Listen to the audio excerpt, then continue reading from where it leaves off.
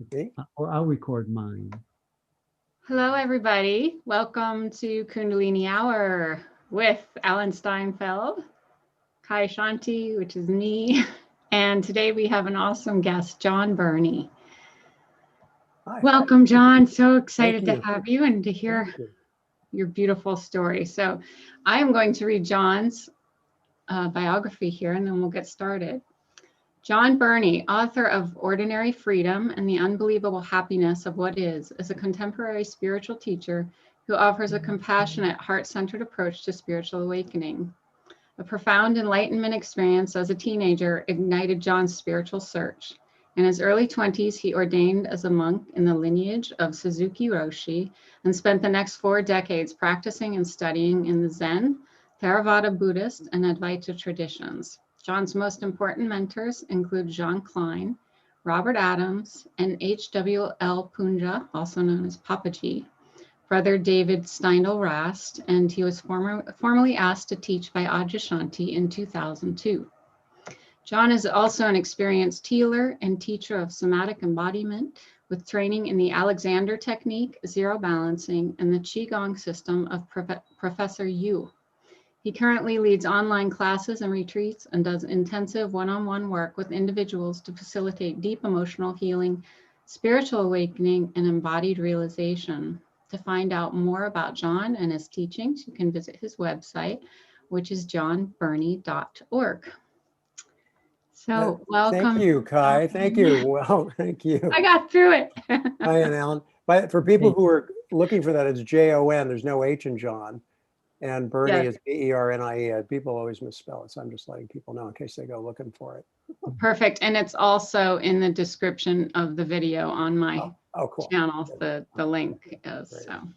So you call yourself a teacher, would you say, or a healer? Other people do, yeah. I mean, I'm just trying to help people, that's all. I've never really had an identity of being that, but apparently that's the role I find myself in, quite busy actually, so.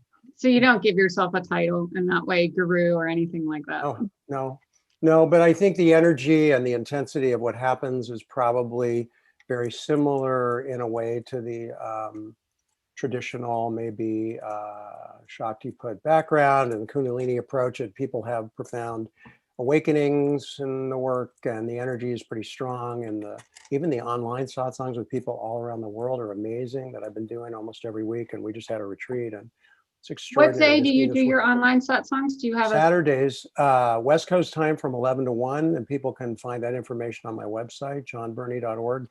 And it's like $20, and it's so right now we're limiting to 100 people around the world. It's been amazing. So you did satsangs, people ask you questions, and you get what we do is we sit. There's kind of a very fluid schedule where we sit. I might start with a silent sitting, a little guided meditation for people who need a little support like that. The energy sets up usually pretty quickly, often I would say instantly. And then I may give a short talk, and then people raise their hand and I work with them individually, which is really cool because people get to see the transformation with people, not to mention feel it themselves. So it's really a very intimate and beautiful community. And so many people around the world say, God, we can't meet people like you, and we can't afford to travel. And now with COVID, of course. So yeah, it's a really rich environment. That's a huge gift, because I've been watching a lot of your videos, and wow, it seems like magic occurs when people sit in front of you, and to be able to do that online sounds like an amazing. I told my people, my team, I said, look, if this works, I'll do it. If it doesn't work, I'm not going to do it. And I was amazed. Not only did it work amazingly well. And so I've been very inspired by it. It works in the sense you're able to transmit energy. Oh yeah, people have had awakenings in these. I'm not kidding. Yeah, it's incredible. Wow. And so many people who have, I attract for some reason a lot of people who've had spontaneous awakenings, a lot of young people. That's a lot of what we're addressing the show towards, so that's great. Oh, cool. Great. Yeah, no, I have a lot. I meet them. I mean, even today I had a new person who started with me, and and some of these, even 18 years old is far out. It's like, and I had it when I was 16, it happened for me, and I didn't know what happened to me for a good 4 years. So well, can you talk about what happened to you at 16? Sure, but don't let me go on too long, because I could just, go on forever. before that, you were just a regular guy growing up. Yeah, I was a concert violinist. I started pretty young, and was performing, and I was planning to go to Stanford Medical School, so I was on a kind of that track. And I was very science based. Didn't really have a religious background, but yet I had a very questioning mind, which is so important to have, right? And I went through this process of questioning what's the really what's the meaning, what's the purpose of life. And it led me to sit in my beanbag chair and face the wall until I discovered what it was. And I don't know how I knew to do that. I didn't know anything about meditation. I didn't know anything like that. A very amazing psychic that I met when I was 20, Anne Armstrong. I don't know if you ever heard of her, but she was quite extraordinary. When I met with her when I was 20, she said, "Oh, you had an enlightenment experience, and probably you had many lifetimes as a monk that set you up to know how to that allowed you to set it up this life for this to happen, because there's nothing in my life and background that would have supported that."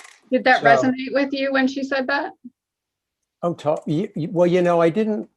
It was we were in such a beautiful field of presence and light. It was just so.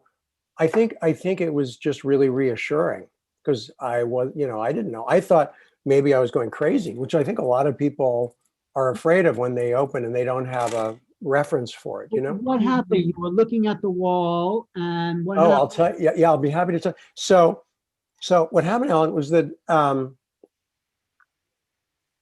without going into the whole backstory, because there was a whole about a 4-month period before I did this, where I was really in this inner, just with myself. It wasn't based on anything I'd read or anybody I talked about. I was just questioning, what am I doing here? My life didn't feel like it had any meaning. And I was working so hard in school and with the music. And I just had this inner questioning that eventually led me to wanting, I should really give you some background on how that, I don't know if I should try to recreate the thinking process that led to it, but eventually I just had a sense that I had to sit and stare at the wall and not move until I discovered it. It really felt, I have to say, at that time, the energy behind it was like, I didn't know if I could go on if I didn't. It Wow. sounds like Ramana Maharshi's story a bit, when he. I know. Isn't that wild? Our Buddha said, "I'm not leaving the tree." Right. It's like, So I somehow I sat down and I was going to stare at the wall, and I wasn't going to move until I think my parents went to sleep, and I closed my door of my bedroom and I sat in my beanbag chair and I just stared at the wall, and all of a sudden my arm started itching and I didn't scratch it, and I wanted to move and I didn't move. There was something in me that just knew to stay incredibly still. Right.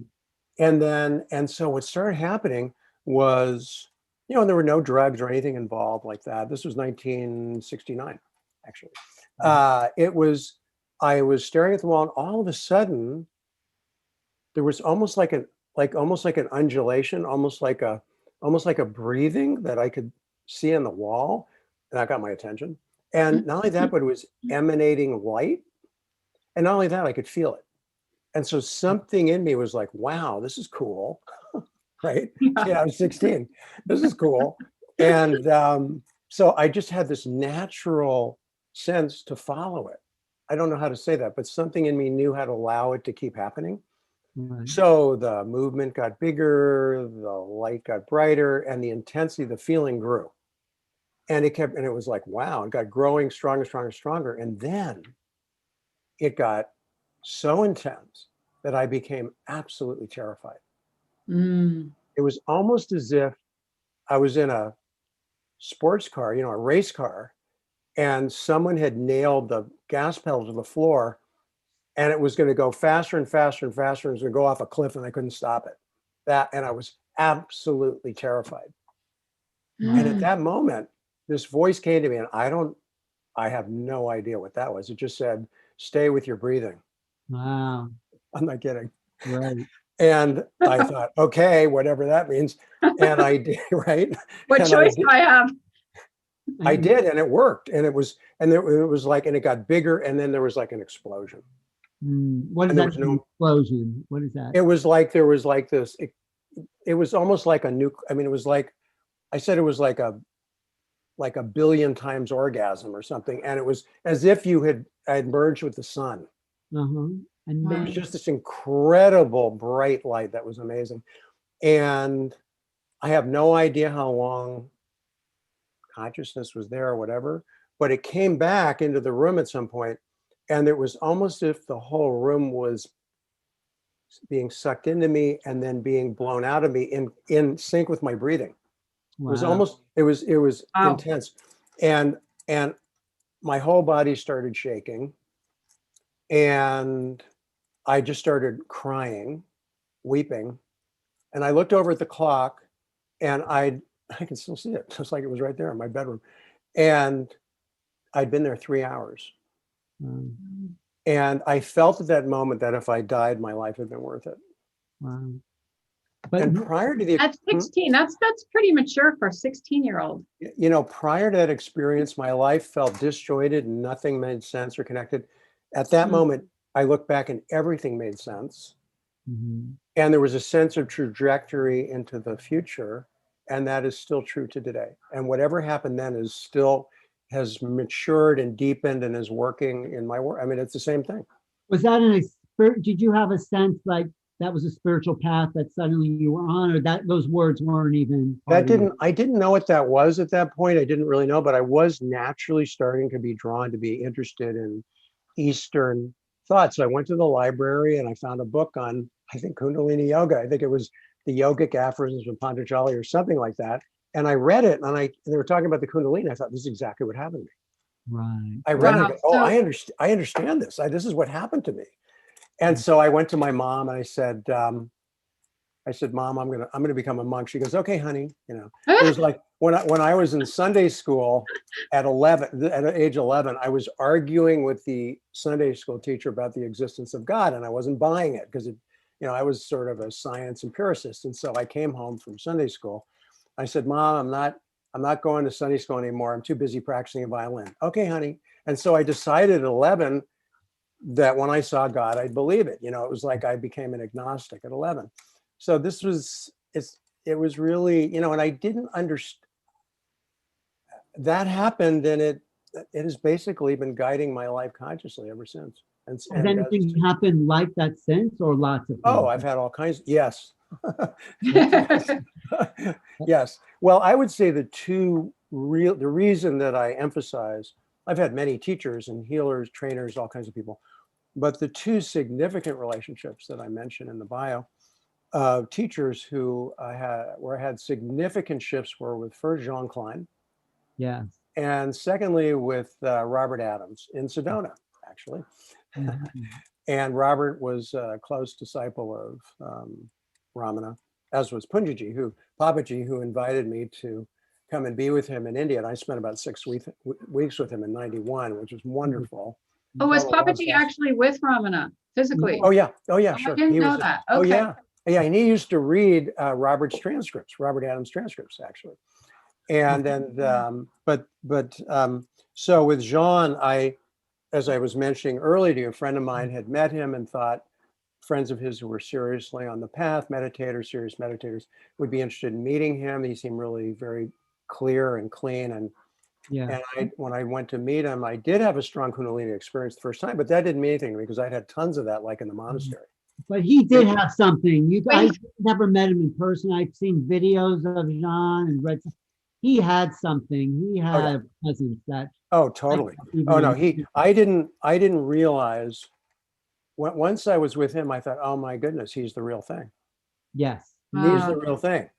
And we became close. In fact, he had been a concert violinist, and we were going to play the Bach double violin concerto together. And I would go in to see him, and he would start singing the first part, and then I would come in with the second part. We'd sing it together. Then we'd crack up laughing. He was really great. He was so important for me. But what happened was I went to see him at the Sausalito Women's Club in north here, San Francisco, just on the other side of the bay, on the other side of the Golden Gate Bridge. And something happened in that it was a public event, and he was talking about presence and how it becomes permanent. And I didn't even raise my hand consciously, just went up. And I asked Really? him, yeah. And I asked him, how does it become permanent?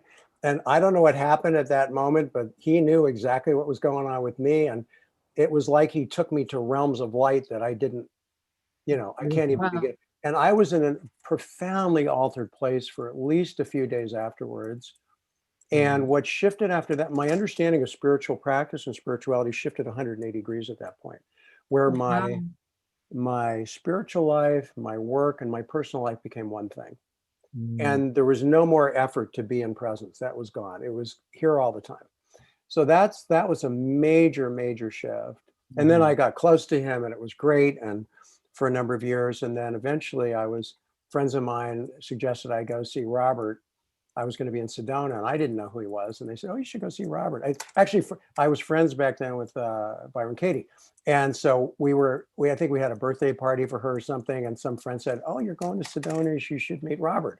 And I said, well, who's Robert? He says, he's an American disciple of Rama. I go, really? I didn't know he had a, so we ended up going and I had probably one of them. That was next to the first one, the most profound. What happened with What happened? Robert? Well, my friend and I went, and it was in somebody's beautiful home in Sedona with, gorgeous views of the Red Rock, and we brought our little back jacks to sit on the floor, and we got there like an hour early, and we put up our back jacks in the back of the room. My friend Lisa and I just went into meditation right away, dropped into a very deep place, and I guess he came in at some point near the end, and it was like a tidal wave of love. Mm.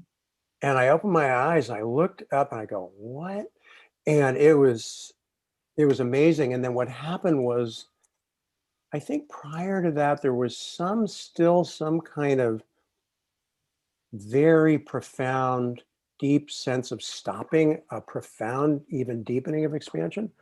I see this with my students all the time, and we work with it. And I think for a long time, I'd try to kind of blow through it, more Shakti, more meditation, all that. It didn't work. So I just gave up. I said, okay, whatever. And that night, I knew it was going to finish. I just felt it happening. And it was almost as if I was just going to go over a waterfall and it was going to happen. Mm. And the way I described it then was it was almost as if I was a dried up leaf underneath a magnifying glass in the sun, and I just burned completely free. Beautiful. And I went up afterwards and I said, I am just so, he was up, and I went up and I said, I'm so grateful to be in your presence. And he's with me. And so then somebody pulled me aside. He said, what are you doing for breakfast tomorrow morning? I said, well, nothing. Well, Robert would really like you to join him for breakfast. Would you? I said, sure. And so pretty soon my friend Lisa and I were invited to breakfast, lunch, dinner, all weekend. Mm. And then when I was leaving the end of the weekend, and we'd gone to another satsang, and we were having lunch at I think it was called a Mexican restaurant in Tlaquepaque in Sedona, and I said, Robert, I'm going back to San Francisco, and he was quite sick at that point. He had Parkinson's and liver cancer. He couldn't speak very well, and he said, "Come back." Beautiful. And So Did you make it back to see him? Yeah, so I came back to San Francisco and I called a friend of mine who'd been really close with Poonja, Papaji. He'd been long before Gangaji or any of those other people met him. And I called, I said, Steve, listen, this is what happened. He said, you got to go back. You got to go back.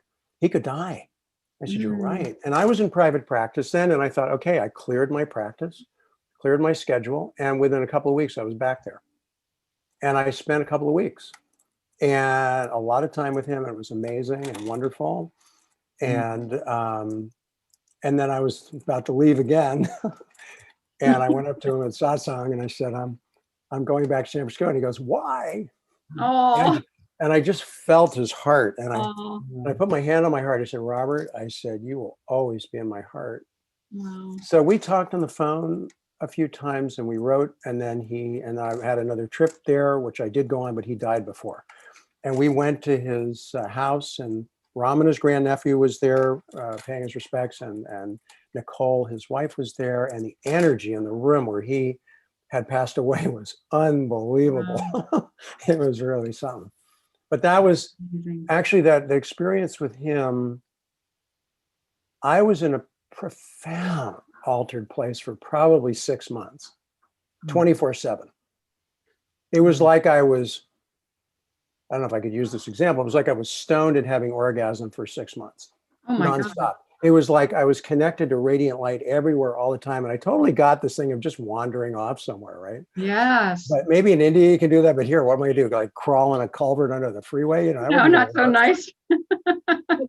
But let's talk about that, because I And I know. wrote to him. He wrote me back. He said, "You're free." So I have the letter. It's just. And I thought, okay, well, but the thing that's really interesting. I really want to share this with your listeners. Is that at that point I came up with ideas about what I thought it was, and those all eventually got blown away. So I just tell people, don't make any conclusions at all about what's happening, because we really never know. Well, did you tap into something that's always there for all of us, or did something come to you? Maybe there's no answer to this, but There isn't. You're right. All I know is that what I've really learned along this path is that each of us have our own unique unfoldment. The essence of it is universal with the presence. That's universal for everybody. So everybody can feel that, connect to that, and so forth. But how it transforms an individual is completely unique. And so my job as a teacher, as I see mostly, is showing people how to follow their path, how to follow how it's working for them. And it's an amazing journey of discovery that I'm constantly learning more about all the time, and sharing what I'm learning. And so. But do all those paths lead to the same place, or does each person have their own awakening that's unique? I mean, yes, it's unique to them, but Well, I don't think there's any place called awakening that you end up, you know what I mean? Or any place called enlightenment. I think that awakening and living fully is really the purpose of life. right. And that, in a way, that's why I titled my first book, Ordinary Freedom.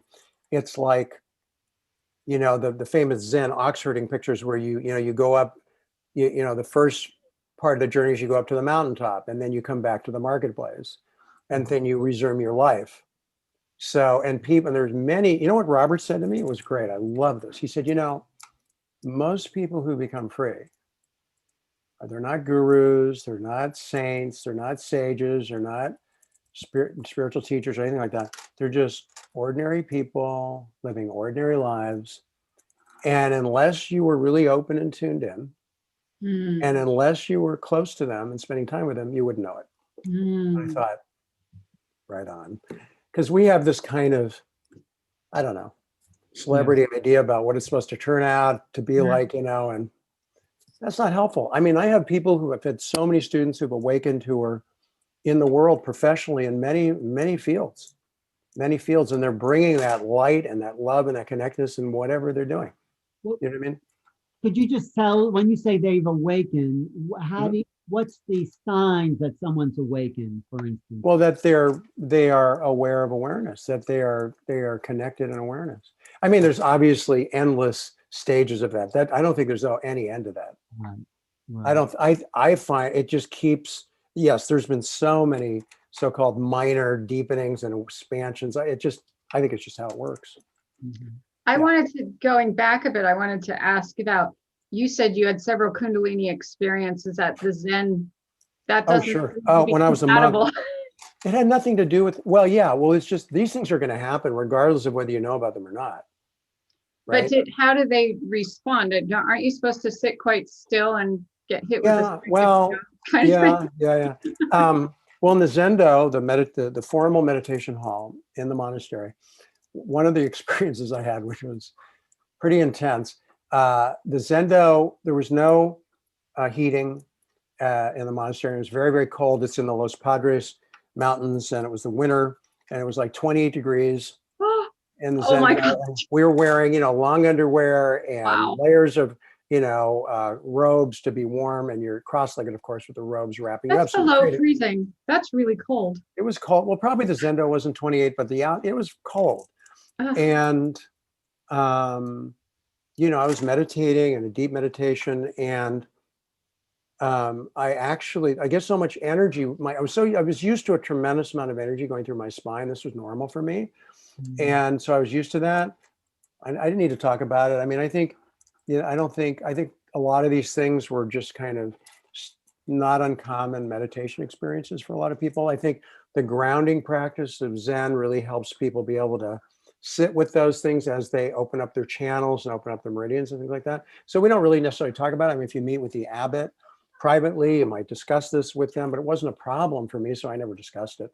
But what happened one time, and my friend Wendy said she thought it was the funniest thing she ever saw in her life, was that I guess I was sitting there and the energy was so strong moving through me that it threw me off the Zafu right into the wall.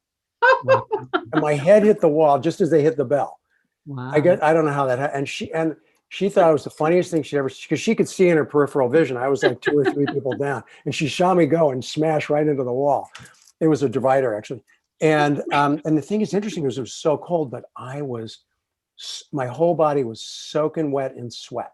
Oh my God. And I had to leave the Zendo because they had walking meditation, Kinhian at that point. I left the Zendo and went back to my cabin and got out of those wet long underwear, and I changed into a fresh pair of long underwear, soaking wet. What was going on in your body, though? What was?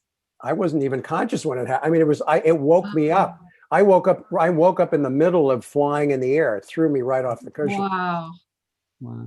So I know that was one of the intense ones, but there were so many experiences where it was just like a fire hose of energy going through my whole. I'm used to that. I mean, I think once people open those channels that don't have those kinds of intense experiences so much, and they get integrated.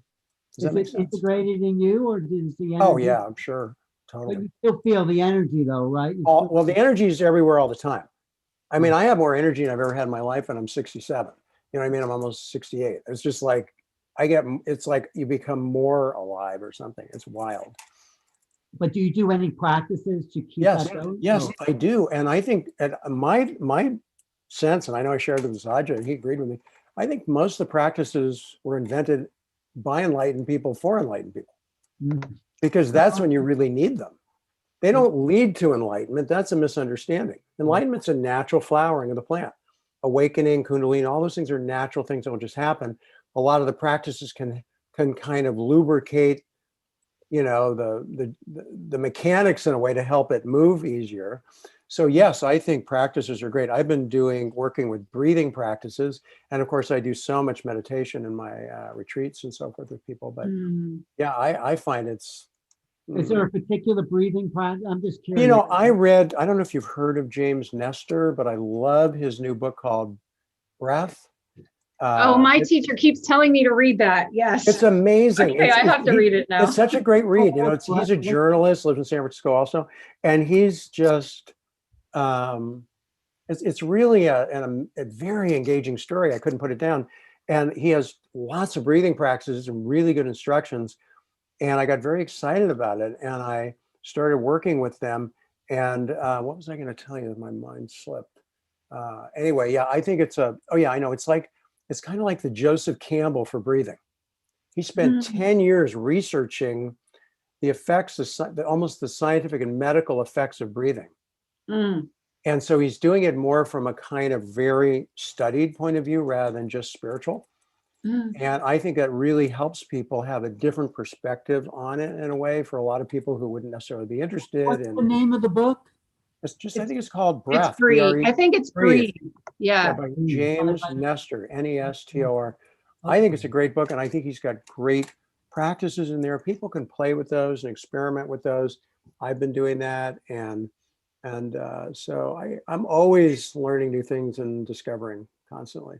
Great. Wow. And what's interesting is that my Qigong master, who died when I was 30, he was teaching me. He was quite powerful, as I was mentioning earlier, you guys. That some of the things he was trying to teach me, I didn't understand then. And now I think I'm beginning to understand. And some of these breathing practices and things I think are showing me what he was trying to show me could happen and would happen with the Qigong practices. So it's been fascinating. I think if people are not totally fascinated and interested, they're not practicing. What they're doing is they're trying to get an outcome. See, true practice, I even learned this as a violinist, true practice isn't about getting a result. Wanting to get a result is wanting to get a result. That gets in the way often of true practice. True practice is really opening to and listening and being available for what's happening. That's a lot of what I help people learn how to get out of their way of it happening. Does that make sense? Isn't that happening every minute then? I mean, isn't that? Of course it is. But what I mean is that practice is sort of the refinement of attention of how we're present with what's happening.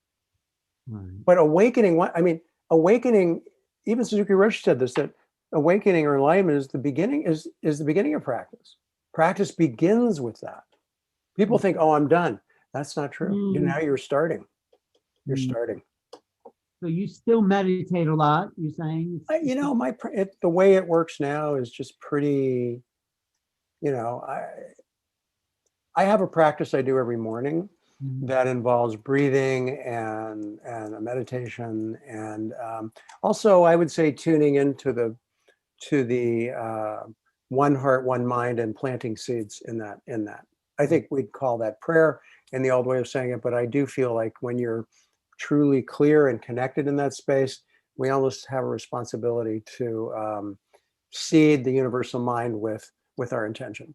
And also one more thing I would just Can I want to say add. that? Is that okay to say that? Yeah, of course. Yes. I think when you're working with people, at least for me, you have to be, I have to be so present with them and their whatever subtle feelings and movement and emotion. Totally. I've disappeared and I'm just with that person. Exactly. And that's practice, right? Exactly. Oh, totally. Yeah. No, when I'm there, when I am actually sitting with people, there is no me and no them. None. That's not there. It's whatever's happening. And so if somebody's taking themselves to be a teacher or healer, they're already in the way. That's for sure. That's an identity that's just right. So when you're working with people, like when you're sitting in a session and someone comes and sits before you, I know you don't, I have heard you use the word Shakti interchanged with presence. Yeah. Well, so sure. Do you consider that, like just in the terminology that we've been using, do you consider that a type of Shakti pot when people are sitting with you? People tell me, many people who've been on the Bhakti or Bhakti path, I'm not sure how to say that properly, say that you said you're basically a Bhakti guru. You're just not, you're not doing it the old way or whatever. What does that mean, Bhakti guru? I guess because they feel so much Shakti. Devotion, love, and also love, I think devotion. Yes, I think that there's exactly, Kai. I think there's just this amazing amount. It's just infinite, unconditional love that's here and acceptance. And I think people really appreciate that so much that I'm not pretending to be some elevated human being. I'm just a normal human being like anybody else. I'm not perfect. I'm learning all the time. And yet at the same time, there's this extraordinary, glorious, ecstatic beingness that also is always here, right? So I'm helping people learn how to really live a balanced life of not just their spirituality, but also their human life and whatever they have to work on. So they're not in denial of what they may need to work on emotionally or psychologically or physically and so forth. I love that, because then someone is not afraid to present to you their whole self. That's right. So people are given total permission to really be honest, because that's the only thing that's going to work. Yeah. It's not right, wrong, good or bad. It's just honesty and availability and the humility of being able to be available for what we may have been avoiding in ourselves because of our trauma and our pain and conditioning and so forth. And I can't say this to a spiritual teacher. I can't admit this to a spiritual teacher. I have to speak this way to a spiritual I tell people that one of the greatest evolutions on the spiritual path is disillusionment with the path. That's an important step, where you can really begin to mature into realizing that, yes, it is happening with you. And I think one of the most important things that Jean provided from Jean Klein, and I think that I also play an important role for a lot of people, is when I'm sitting with them, when we're tuning in, to really acknowledge that, yes, they are having an authentic awakening rather than they are flipping out or deluded or in some kind of, imaginary fantasy world. Right. But let's just, what comes to me as you're talking, and Kai in that place, like, let's say that's just like the level playing field, the awakened state. This is not our purpose for incarnation, but the platform for incarnation. Then what do you think we're here to do with the awakening? Well, I think life is a mystery, quite frankly. And I am quite at ease in not knowing. And yet the meaning of my life really arose at that initial experience at 16 and continues to, I mean, I'm not saying I haven't had I've had a lot of periods in my life where I was very disillusioned and very confused and lost. And the journey was a rough journey with a lot of setbacks and disappointments and very even catastrophic events in my life for people who know me well. And somehow this has allowed me to go through everything and actually become more deepened and more evolved in the process. And I really can honestly say that I think the further along you get on this path, the less you know, and hopefully you end up knowing nothing, and yet are totally at peace with that. And so I don't propagate beliefs. I'm really interested in having people become, to be able to see their beliefs, but as I jokingly used to say, it's okay to have beliefs as long as you don't believe them. Exactly. As long as you're not attached to them, because any attachment to a belief is literally a separate identity. That's what it is. Right. No, that's good. Thank you for that. Divine Sure. ignorance. Yeah. But you can't sort of say, oh, well, now I'm going to be divinely ignorant. That's not going to happen. No, it's more like when it happens. I remember with Jean, when it happened, it was like the burden of knowing literally had been lifted. Yes. And because I had, every book that there was, and my whole wall and my other room was filled with them, and I read every one of them. I read them as soon as they came out. I got them and read them instantly, right? And I remember saying to him when I met with him for the first time privately, I said, he goes, you don't need any intellectual understanding. You don't need any intellectual input. That's what I said. I know. I said, I can't. And we were just in the light together. I said, I can't. I said, if I read one line in a spiritual book, I fall asleep. And we both cracked up laughing. And then I said, I can't even read your books. And we cracked up laughing. And, but I left that retreat afterwards, and it was like I was floating on air. It was like I was weightless. I'm not kidding. And somehow knowing and needing to know is really what it is. It's quite simple. It's the need to feel secure. Right. That's all. It's just ego's need to feel like, am I going the right direction? Am I screwing up? Is this a waste of my time? Do I need to find a different path? All those kind of questions that people have. That those are very normal, natural, personal feelings. And I encourage people to feel them, express them, and allow them, but don't get caught in them. So if you were, because Alan and I were just having this conversation earlier today, some very spiritual friends of mine, they, in that, awakening, coming into that awakening and feeling very secure with your, I guess it's an attachment to an awakening. You become very sure of your stance and your belief. But the question, the ultimate question is, who is it that's so sure? Right. Yes. Who is it that's so sure? The one who wants to be secure, the one who wants to know, but that's not freedom. Freedom doesn't have an identity. There's no self in freedom, but any kind of surety is all part of a self, personal self. There's no blame for that. It's fine. All that matters is that you can see it. All is that you can go, oh, wow, I have a part of me that really believes this. That's okay to believe it. I believed it. It kept me on my cushion all those years. Well, I don't think they see it. But no, that's okay. Well, then that's a whole nother step that probably they will be forced to face this life or some other life. I do sometimes get those people. Usually when people eventually get to me, they've already gone over that step. But or they wouldn't come to you otherwise, probably. That's right. Because they already know. That's exactly right. So there's something, it magically vets people. I don't know how it happens, but once in a while I get somebody who's on the cusp of that. And it's really interesting to interact with them and kind of have them look at this in a way they haven't maybe before. So not with judgment, no criticism, not, no comparison. It's just like, oh yeah, wow, wow, that is a kind of holding, isn't it? That is a kind of wanting to be what? Secure. And secure. Because as a if human you being, don't know, sorry. No, go ahead. Well, I was just going to say, because if you don't know, it puts you in that place of the unknown, which can be very scary.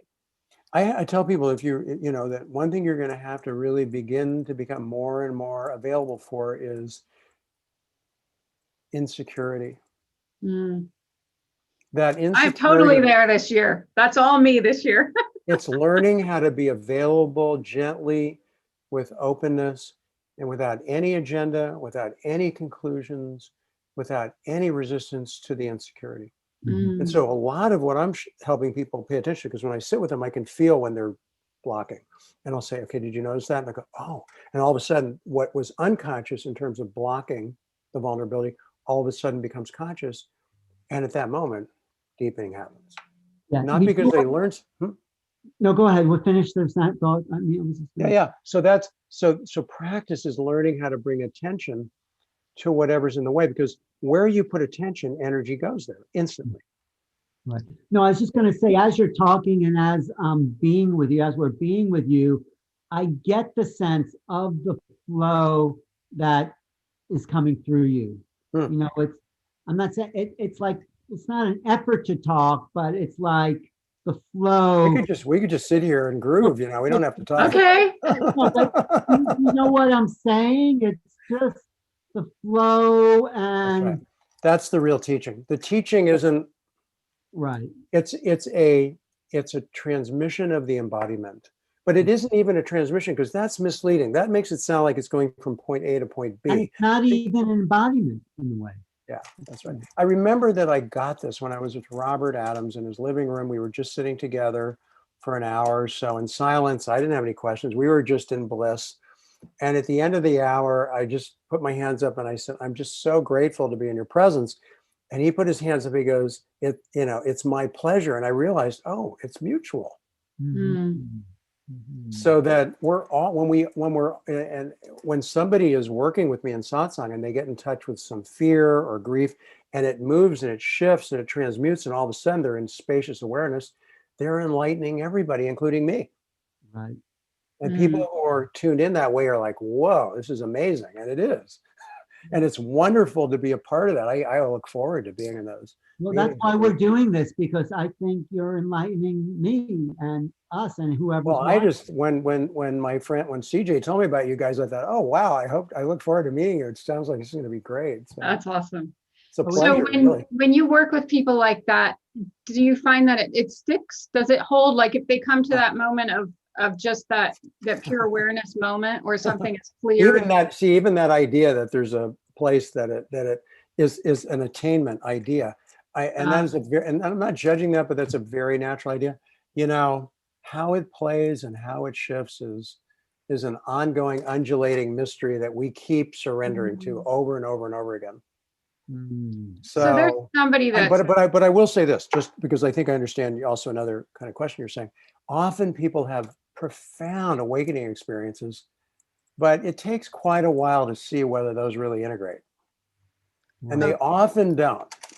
But sometimes what happens, and this is very tricky, sometimes ego grabs a hold of it and decides, yeah, I'm enlightened. Because when somebody makes that decision, that's not it. And they have power, though. There's power in awakening. And so they can maybe, what can I say, unskillfully, shall I say that, influence other people. Right. oh, okay. And that's why we've had some of the problems that we've had even today. And With people who have attained, let's just say, access to power. But I think with access to power comes great responsibility. And that's what I'm trying to teach, instead of pushing away of the human side, because if that happens, then the dark side of a human, the unprocessed material, may start acting out. Right. Oh, sure. And does. And we have so many examples of this bad behaviors that happen. And so I think that's why I'm so inspired now, because I've seen this firsthand. I've had so many students who've really survived some serious trauma with teachers like that. And I have a deep commitment to helping them heal and get back in the saddle of the true path that they are really on. Do you notice stuff for you sometimes where you come up against something, you go, wow, there's a little bit of an edge there for me? Sure. Oh yeah, yeah. What do you do with that then, if there's... Tell the truth. I just have my feelings. I don't hide having feelings. Even when I'm sitting in front of a group, like I don't know who was working with me, but there's something about a father process that somebody was working on, and I ended up sharing a little bit about the miracle I went through with my own father at the age of 45, and we had a very tumultuous relationship, and I had been severely injured by a bike injury, and he was forced to take care of me, which he really resented doing at that point. And a lot of the painful feelings came up that even when I was 16, where I remember that anyway, I had more skill, not to go into it too much, but let's just say I had a shift in my perspective of him, and that instantly we were in love with each other for the last 7 years of his life. And I Wow. took care of my mother and him at the end of their life. And it was amazing. And so why am I telling you this? Oh, because I think what's so important in my own experience and how I've helped countless people and still do is learning how to work with the emotional stuff. Because some of this trauma that some of us have been through, it lives in the tissue and the bone. And even though I'm not identified with this stuff, and it's not really a problem when it comes up, I just allow it to move. So I was working with a student at the retreat this last weekend, and we were working with the father thing. And somehow I just, I got done working. I just started crying. Wow. I got my tissue and I was fine. And then I was perfectly, it just was the emotion. There was no story. There was no problem. There was nothing. It But was it's just that beautiful to movement. feel that. We're Well, I here. think people really appreciate that they can be Yes. fully human.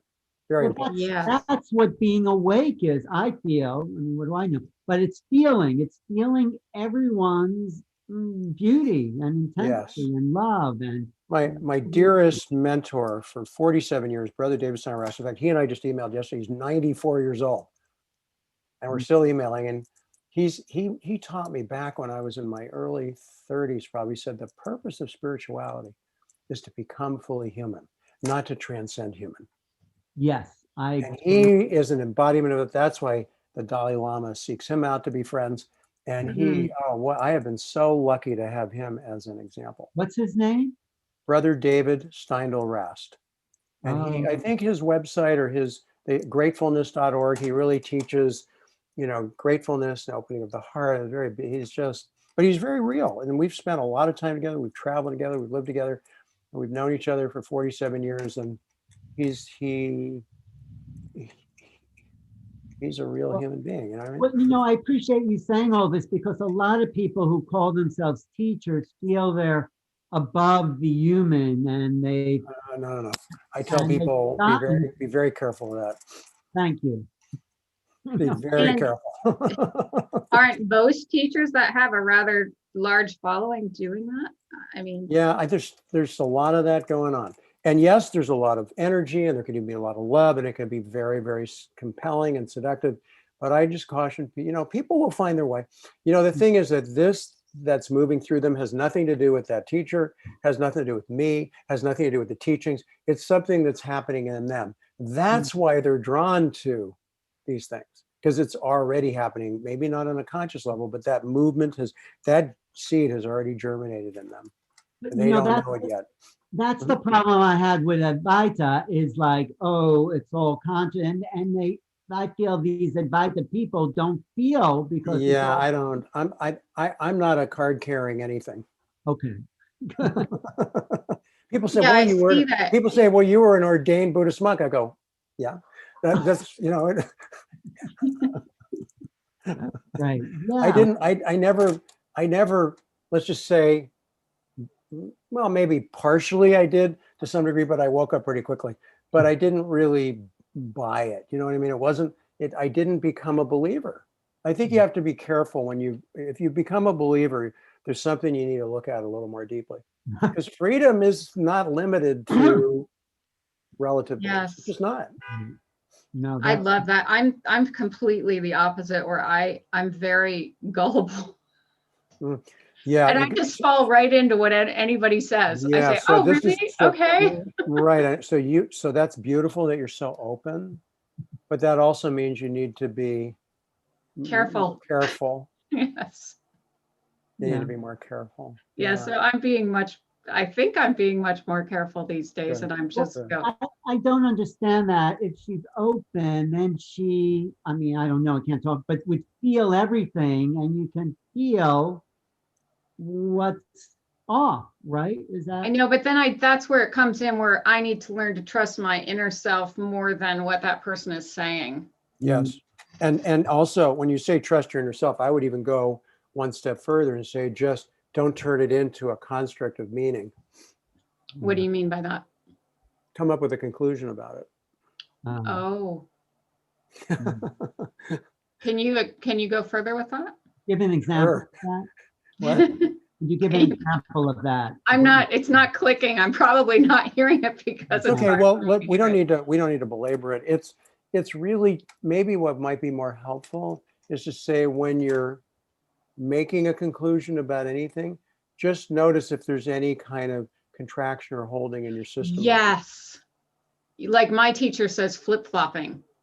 Yeah. If you're So flip-flopping, let it go. it's okay to Yeah. have, it's okay to have a movement of thought, obviously, even a conclusion that's in a sense fluid, Mhm. but it's not going to ossify. It's not going to become rigid and held. That's good. Otherwise, we become our own worst enemy. We become our own worst, sort of fundamentalist in that sense. You know what I mean? And we forget. And we can't even see that that's happening. Yeah. And there's a flow. If our conclusions, and I have them, stop the flow from That's right. moving. So it's fine that you have a conclusion. In fact, that doesn't matter. What matters is that you can see that. Right. That's all. Once you can start seeing it, they will be less and less and less in the way. Right. Okay. I can talk about, I can say things like past life or whatever, but I don't necessarily, even though I've had experiences that could very well have been that, I don't know how to explain them any other way, but do I have a belief about it? No, I don't. Because we don't know. Yeah, not one way or the other. I mean, I know people have profound psychic ability, and that's interesting. I have the awareness and sense, and what I tune in with is just the pure beingness. That's what's here for me to be aware of, very much. And then, of course, the skill as a healer and working with people and their emotional dynamics and how it all interplays energetically with their nervous system and their body and the process of opening and deepening. So it is a lot, actually. But So when people come to you, they just sit with you. I mean, I'm guessing, and in a private session, or you mean in this? yeah, Satsang, like same a thing. private session or something, and Satsang is the same. It's the same as a private. Yeah. and you just sit with the person and you just see what arises. Yeah, I talk to them. We just, we break the ice, and just get to know each other a little bit. And then I'll just sit with them, and then it usually happens pretty quickly, if not instantly. Something Or people have already read the book or watched listen to the podcast or videos, and they're already feeling it. feeling, whatever. I've had people say that it changed their life just listening to the podcast. So somehow or other, the energy gets transmitted even through that. I think I know how that works. I feel like something just shifted just by me mentioning that to you. There you go. Yeah, I think That's how it works. That's what I mean, telling the truth. Telling the truth is what liberates us, actually. It looks like you let go of something, Kai. I felt something. Yeah. I mean, I can't tell you how long I've been quote unquote working on this, because I had a Shaktipat guru that took me a really, really long time to come to, I don't know, to end it, I guess, in a sort, in a way. It's even unclear for me now what to say, because I still love him. I just feel sad when people get and I had them too when I left the Zen environment, that I had very limiting beliefs that I could see a lot of people had there. And fortunately, I was able to drop them eventually, because I could see they were really constricting how it was going for me. And something in me knew something wasn't right there. I didn't know what it was, so I moved on. And I just naturally moved on. And then it wasn't until I was introduced to Jean and had those shifts that I finally knew why I had been moving on. Because something in me knew what it was going to be, but I didn't even know that until it finally just hit me. And it was amazing. I remember that night. So, and you didn't have trouble moving on. It was just a natural process. Well, it was, I mean, you're in a community, people. It was like, I'm very social. I loved a lot of people. I felt there were, a lot of friends. So it's not that easy. I think I'm pretty strong person in some ways, and probably was able to do it. Some people maybe wouldn't be able. It'd be harder. But yeah, I've done it more than once. And it's okay. I think my path and my healing was my priority. So you So- felt there was something limiting in that monastery experience. You didn't know what that was, but it wasn't the freedom. Is that I didn't know. I just knew something was missing. right? And I guess whatever was moving in me and kept guiding me forward. Mm. And now you don't feel like anything's missing because Oh no, honestly, I'm at peace. Honestly, I'm profoundly fulfilled. And if I, God forbid, drop dead right now, nothing was left undone. And yet I have never been more inspired. I've never felt more alive. I've never been more amazed at the miracle of how this works. And to be a part of this with people all around the world is just, it's an honor, it's a privilege, a joy, and it's a miracle. And so I'm at the height of my life, actually, I think. Beautiful. If I can say that. Yeah, I mean, Yes, you can say that. let's just say it wasn't like that a lot of my life, but it's You've arrived somewhere on the movie. I don't know what it is. All I know is that it's, I'm very grateful and deeply moved by the process, and I'm learning and maturing as a human being all the time. I'm certainly not perfect by any means. I don't feel like I've arrived anywhere. I feel like I'm in the flow, Right. and I'm going with it. And I'm helping others to learn how to recognize the flow in themselves and to go with it. Great. That's my commitment. If someone were to come to you, because I've had people comment on these Kundalini hours, and actually it's someone I've worked with because I work with people who's he's this one person in particular, but there are more people who are going through what they call Kundalini terror. Oh yeah. I've had so many Kundalini, I still do. I have a lot of people who go through Kundalini sort of very difficult symptoms of integration and so forth. That can go on for a long, long, long time with people. And so I've worked with many of those people, and it's just each individual, depending on what's happening, there's something that isn't moving there probably in them, isn't shifting, isn't opening up. Yeah. What's Kundalini terror for you, Kai? I'm not sure what that means. I'm kind of unclear as to what each person refers to as Kundalini terror. Well, what did you mean by it? Me? No, Kai. Oh, just someone that I've worked with personally that contacted me, but also that has commented on these, and I can see that he's still struggling. And there have been other people that have mentioned Kundalini terror. Now, until this year, I never experienced anything fearful with the Kundalini at all. And I didn't have that either. But when I sit with people, if I may, I feel it. And so usually I help them bring attention to whatever that unconscious resistance is in them that's going on. I experienced terror this year. Oh, okay. After 20 some years, I can't even explain what happened. It felt like it was right after Shiva Ratri, where I was doing intense Shiva practices, and I get Devi Bhav.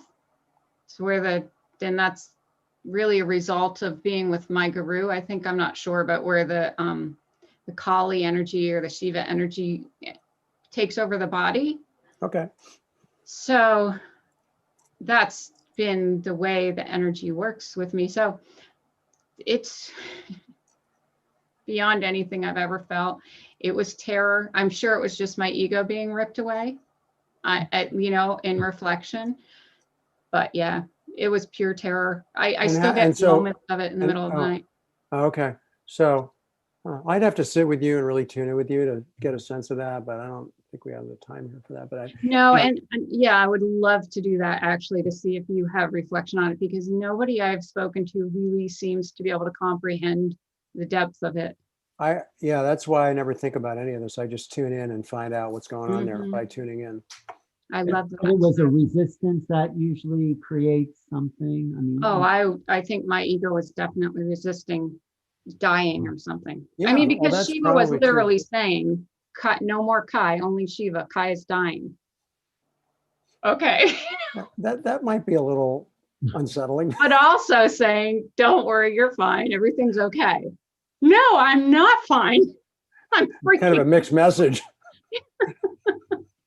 Well, if you So- believe that you're Kai, that's a mixed message. No, right? I get it. I mean, I totally get it, of course.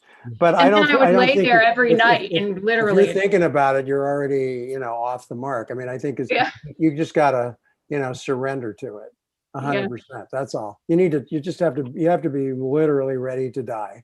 I think it's Yeah. that simple. yeah. I mean, I get a little PTSD. It's getting better when I think about it. Well, the thing is, even when you hear things, and I just said it, you have to be ready to die. You can't get ready to die. But people say, I'm ready for it to happen. You don't know that. Let's just put it this way, when readiness is ready, it's going to happen. Yeah, Whether you like it or not, whether it blows your brains out or not, it's going to happen. Trust me.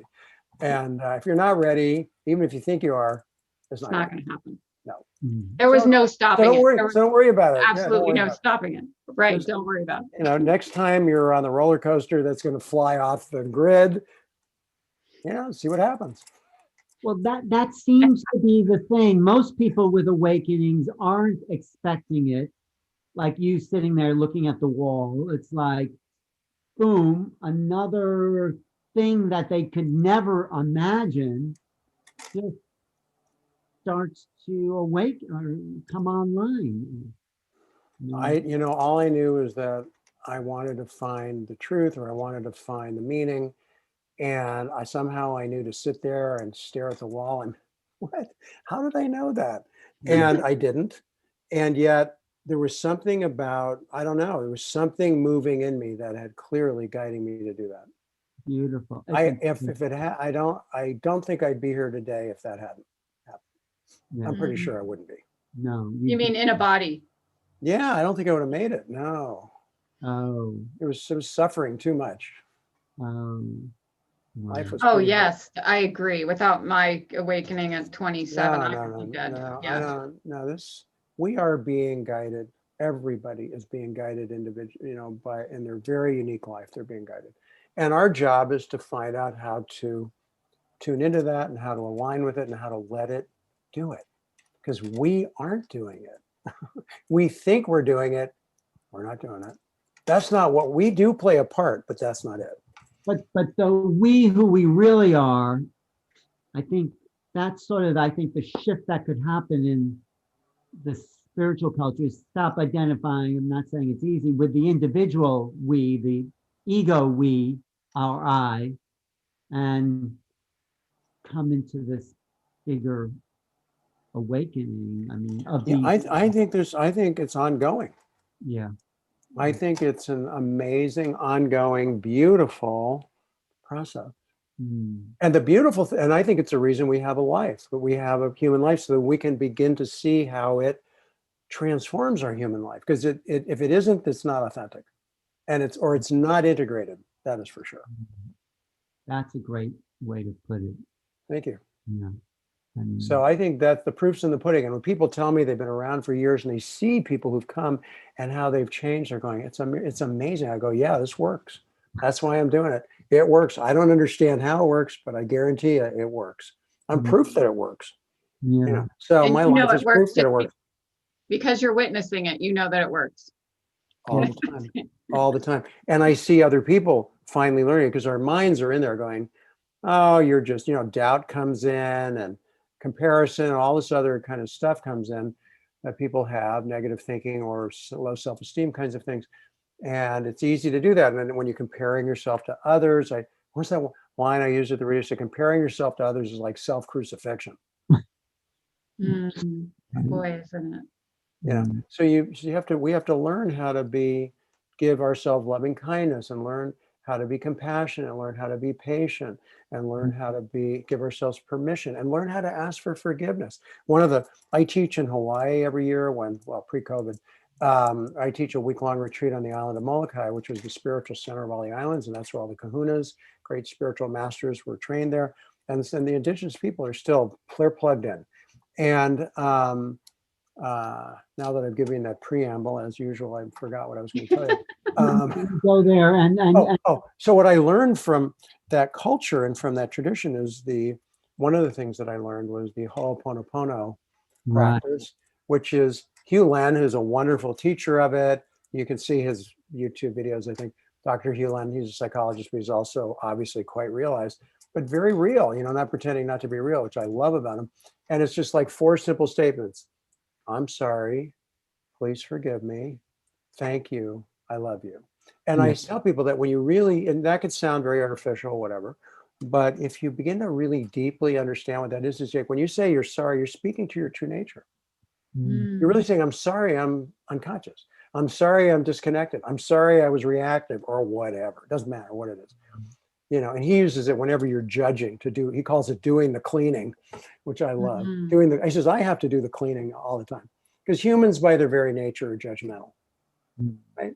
And so you do that. So anytime you're judging yourself, and we're hard on ourselves, we are so hard on ourselves.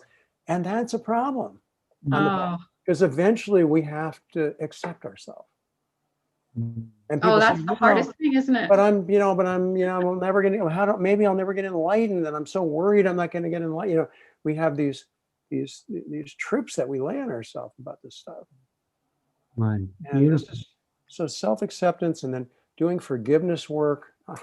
These are practices that are very helpful to our beautiful human nature.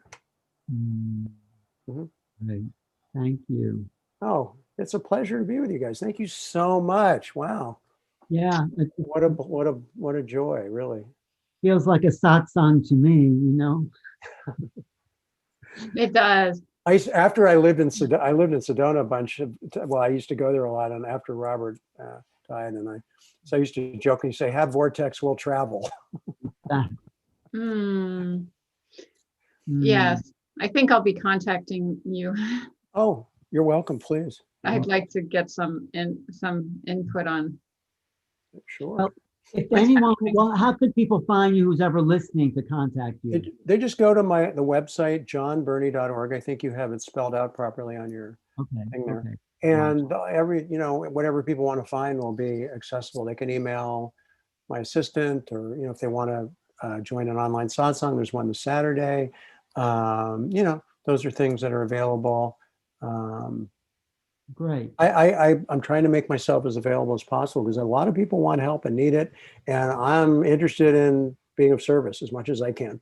Do you think everything that's happening this year is wow, making more of this energy active? All I can say about that is that thank goodness those of us who are on this path have this path, because we need it now more than ever. Right. Yeah, I don't know how people are surviving without it. They are, but it's not easy. And there's so much turmoil, there's so much chaos, there's so much fear, there's so much divisiveness. We're literally living in mythic times. Yes. On some level. I mean, and I think so that cultivating the light, so to speak, we need that. So I encourage people. That's why I'm busy. And I will continue to be as long as I can be. I mean, even Robert, he was funnier. He was so funny. He was quite sick, and he'd go to satsang. And he said, I would go to satsang even if I was on a stretcher. Did he? Probably did too, did he? I wasn't there if he did, but that's what he said. And he's so funny. He cracked me up so much. Oh yeah, I knew Pamela Wilson was a student of his. Yeah, she and I've met. I really love Pamela. I don't think we crossed paths. Oh, hi. This is Lotus. Hi. Yes. I don't think we crossed paths, but we did eventually cross paths and met and talked a few times, and she's great. Right. She was a big student of Robert Adams. I never met him, but he sounds great. Yeah. Alan, are you live? Do you have any questions on your stream? Well, on my stream, I actually didn't. I don't think my stream went through, but I'll repost this. So and I should go soon. It's getting late here, but and I need to get ready. I'm going to have to go and work with private students pretty soon. So. Okay. But I have a few more minutes, and we have to. You have a question from your stream there, Kai? No, I actually only have one comment. John is doing an unmatched job at explaining everything. He really paints a vivid picture. Thank you all so much. Oh, wow. Well, it is my great pleasure really to be here with you guys and meet you. And we're all in this together. Let's face it. That's what we have to learn right now. That's what we have to learn right now in this world. We are all in this together. That is the most important message to understand. And you're such a beautiful example of that. Oh, well, thank you. That touches. I feel one with you. I just, it's beautiful. I feel like you could really understand me, which is like an amazing thing. I don't feel that with many people. Oh, well, thank you. That's very, I appreciate you saying that. Thank you so much. Well, what a Well, pleasure. thank Bye. you, John. And Lotus, what a beautiful face that little girl. She's like angelic, Kai. She's an angel. Oh my gosh, Lotus that is child that is an little angel. She is. Well, I just want to wish you both the best in every possible way on your journey and in your life.